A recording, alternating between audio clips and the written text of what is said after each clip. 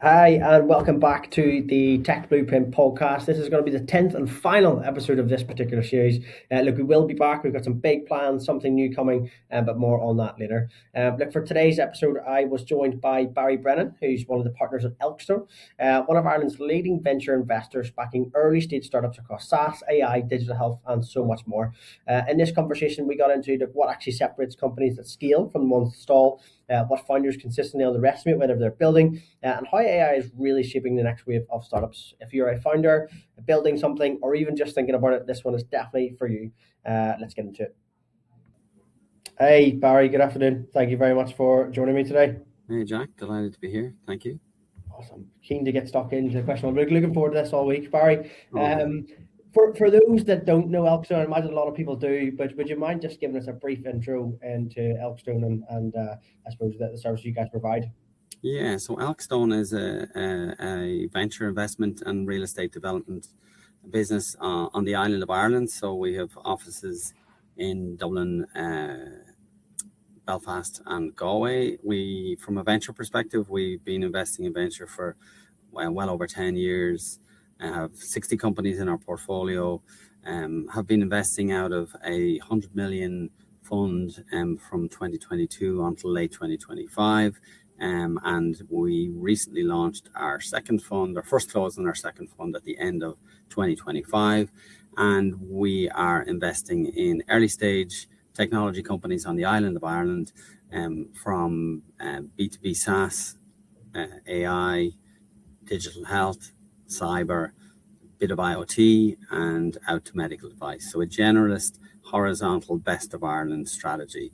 On the real estate side as well, separately, we have a business there developing kind of purpose-built accommodation and other projects there, including in Belfast, Dublin, Cork, and Galway.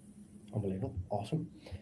From what you're seeing across, I suppose, like the Elkstone portfolio, what would you say actually separates the companies that scale from the ones that might stall? Yeah, and I think in some ways it doesn't need to be an Elkstone portfolio question, in the sense that the common problems that occur in many different businesses. And I think for us, we're looking to invest in businesses that can scale exponentially, and that's why we're a technology investor, because you can scale. Certainly from a commercial perspective in areas like software, AI, you can scale businesses with extreme efficiency and very, very quickly. So for us, I guess it's making sure we invest in business models that are capable of getting that sort of traction. And not every business can get that type of traction, and not every business is a venture business, and not every venture business is a great business. So I guess for us, in the venture investments we've made, the businesses that are succeeding are the ones that have a business model that can scale exponentially with a go-to-market motion, and a genuine understanding of the opportunities and difficulties of building a sales and marketing engine. And for us, in many areas we're investing, particularly around software, AI, it's really about making sure you get traction with customers. And that's, building that model is critical. And that's an area that we put a huge amount of effort with our portfolio companies in. We have an advisory panel that I help to operate, and that includes bringing people in from a go-to-market perspective, or product and tech perspective, and various other pillars that we operate under. But the GTM, go-to-market area, is one where we really lean in very heavily, because it's the area that we think we can make a real difference, and an area that can really make a difference for the companies. Unbelievable. When it comes to building a company in Ireland specifically, what would you say founders are consistently underestimating right now? I think any of the businesses we're investing in, and any of the businesses that we're interacting with, understand that the opportunity has to be international. So from a kind of a 0-day mindset, you have to be thinking about growing a business that's capable of growing internationally. And while being able to get customers here is critical to get initial traction. Ireland is a small location in many cases for these customers, and getting traction here, then in the UK, then in the US or beyond is really critical. So making sure the founders have that mindset, that growth mindset, is critical. And then combined with that is genuinely having the ambition to build a great business. And that, that is something that historically Irish founders have been criticized for not having ambition. But we have some really great examples of companies that have done really large rounds, that have had some really savage commercial traction, doing amazing things out of Ireland. So we don't need to lack that ambition anymore. I think we're looking for founders that will run through brick walls to really grow a big business, and you really need to demonstrate that ambition for us in those conversations, and ultimately in the actions, how you run the business, because without those ambitions, it's impossible to grow. And with those ambitions, if you succeed and execute, that's when you attract the capital to really, pour the oil on the flames to be able to create that combustible engine to kind of keep that growth motion going. 100%. You mentioned there obviously about the people, or perhaps even the teams. Whenever you're looking at a founder or a couple of founders, or potentially a team for investment, what gives you conviction beyond just their idea as such? Yeah, look, the idea is a big part of it. Obviously, in terms of kind of when we're looking at a business model or a business, where it has to be one where the idea itself is backable. But ultimately, it's the combination of different skills, either within a founder or a group of founders. And generally, we invest in groups of founders, and there's a couple of reasons for this related to, I guess, your original question. One, the skill set needed to build a really successful and a scaling company is, it's a wide skill set. It's everything from, generally, as we're a technical investor, having somebody with a strong technical acumen, somebody who's somebody from a sales or marketing perspective as well, and that kind of hustling, shameless, running through brick wall ambition that we need. Typically, those three different factors, it's hard to get them in a single person. And even if you get them in a single person, the journey is really difficult. It's being a startup founder is it's not glamorous. It's a difficult path. You're raising capital regularly every 18 to 24 months. You're working extremely hard, and being on your own in that kind of journey, I just think it really makes the journey way more difficult. So we tend, and there are exceptions, but not that many, to invest in teams combining that technical skill set with that go-to-market skill set, and then having that commercial acumen in terms of really being able to drive the business. So they're the kind of, I guess, let's say the high-level skill sets. Within that, we want people who are inspiring to lead other people, to attract employees, to attract people to their team, to inspire their team for them also to run through brick walls as well. And finally, I guess there's just a normal layer of honesty, integrity, and competence that we are able to gain either by on an island like this. We can, we are able to reference check everyone in any event, but also being able to show when you're in a fundraising process, and maybe something we touch on, that you show reliability, that when you say you'll deliver a model in, by the end of the week, you deliver the model by the end of the week, because that sort of behavior is the behavior that, demonstrates your competences, and how you act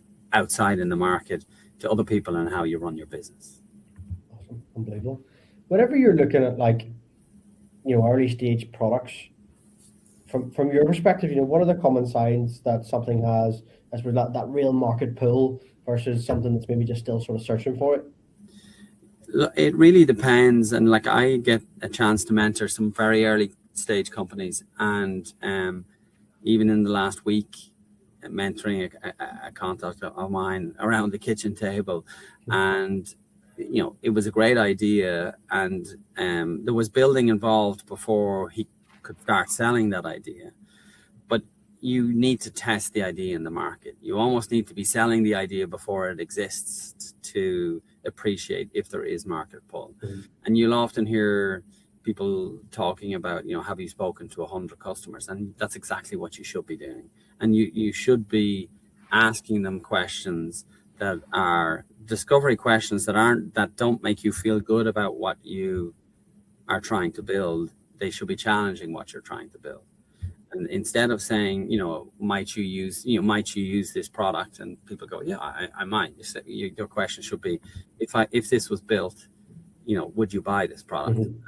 And would you buy this product at $100 a month or $200, whatever the price point is? And can I put you down as a potential customer in 6 weeks' time? That's when you begin to see, how those questions get answered. And certainly there's some cases where, if you're building a new category, that's a little bit more difficult. But in many cases, if you're saying consumers will love this today or businesses will love this today, you need to speak to persona in that, in those companies, in the buying positions in those companies, or in the different buying positions across those companies, to see if this is a product that really can get traction. And another insight, to understand when you're selling to enterprise or you're selling to different categories, is to understanding the buying motion. So your selling motion in terms of how you get in front of people, but also the buying motion on the other side. Is this a product that there's an existing budget for? Is this a product that requires 10 sign-offs in a bank? If you're selling to a bank, it requires 10 sign-offs in a bank. Is there a value point in those organizations where the approval level reaches a really high stage, so that your sales cycle is, goes from 1 month to 3 months to 6 months to 18 months, and really understand, which again are part of that kind of go-to-market side is critical. 100%. Would it be not to ask you a question on AI, given the world we're in at the minute, as a person investing in these types of companies? Yeah. Obviously there's loads of noise. From your perspective, where are you seeing the most or real value being created at the minute? Look, I think I guess there's a lot of value being created in terms of efficiency in how organizations are organizing themselves, how we're organizing ourselves, and we have different investments in different categories here, and I kind of apply a few different lenses. I guess one is for existing businesses. But the first question is, how can you at a surface level look at what you're doing today and make that more efficient? And I see that as a very short term, that you can do it as a burst. You can almost do that as a 6 week burst to try and get, I think, some initial efficiency gains. I think for our early stage companies, I think there's an additional challenge where you need to be looking out 3 to 5 years to what the product and the AI landscape is potentially going to look at then, and look at the potential impact on your business now, but your business in 3 years. And in some cases that will require existing businesses to pivot what they're building or how they're building, and really trying to frame that future look at what's happening, the existing state of AI, how you can, as I say, how you can work on your own processes, how you can look at what you're building now, but building in the future. Yeah. So you don't really want to be making processes that should be redundant, absolutely redundant, more efficient, if it's not going to be relevant in your long term, unless it's needed in your shorter term. So really stepping back and, all of the tools, people are using tools, and there's lots of efficiency. There's also a lot of clutter in there that's coming through, but there's no doubt that there's obviously some incredible opportunities right now, and threats to every company, from incumbents and otherwise. There's a different range of threats there. So we've got companies providing efficiency in accounting software. We've got companies providing the pipes and plumbing, so you can run cloud code, or you can run code in a secure manner. There's a whole range of different kind of areas where it's relevant today, and it's effectively relevant to all of our portfolio as they either become, AI native in how they operate and really react in terms of what the future is going to look like. The disruptors of today. Yeah, like again, anyone can be a disruptor, but there's value in incumbents. Incumbency is a huge moat. Regulation is a huge moat. Being in a regulated industry can be a moat. There are certain moats potentially around data, or where you're a product that will be used every day, so it's trickier to replace. And where that user experience is something that people really love, and changing that is difficult. So it's trying to, navigate that roadmap or minefield to try and make that work is one of the key roles and challenges as a leader in these cases. You mentioned earlier, obviously, about the founders having that growth mindset. Looking to expand outside of Ireland. Obviously, I think the end goal is typically, the United States or the UK, as you mentioned. Yeah. For Irish startups that are looking to do that, what tends to go wrong, and how should they approach it properly? Yeah, look, I think that that road is paved with good intentions and a lot of difficult stories as well. I think, particularly a common mistake is scaling your sales force too soon more generally, but actually specifically in the US, the cost of sales leaders or sales individuals in the US is astronomical compared to what it would be, let's say, here in Ireland or Europe. Yeah. So being really careful about your choice of sales leader, how you land in a country, in particular in the US, where you land, how you dip your toe into those markets. It's really, that's a really complex area, requires a lot of help, maybe even from recruiters,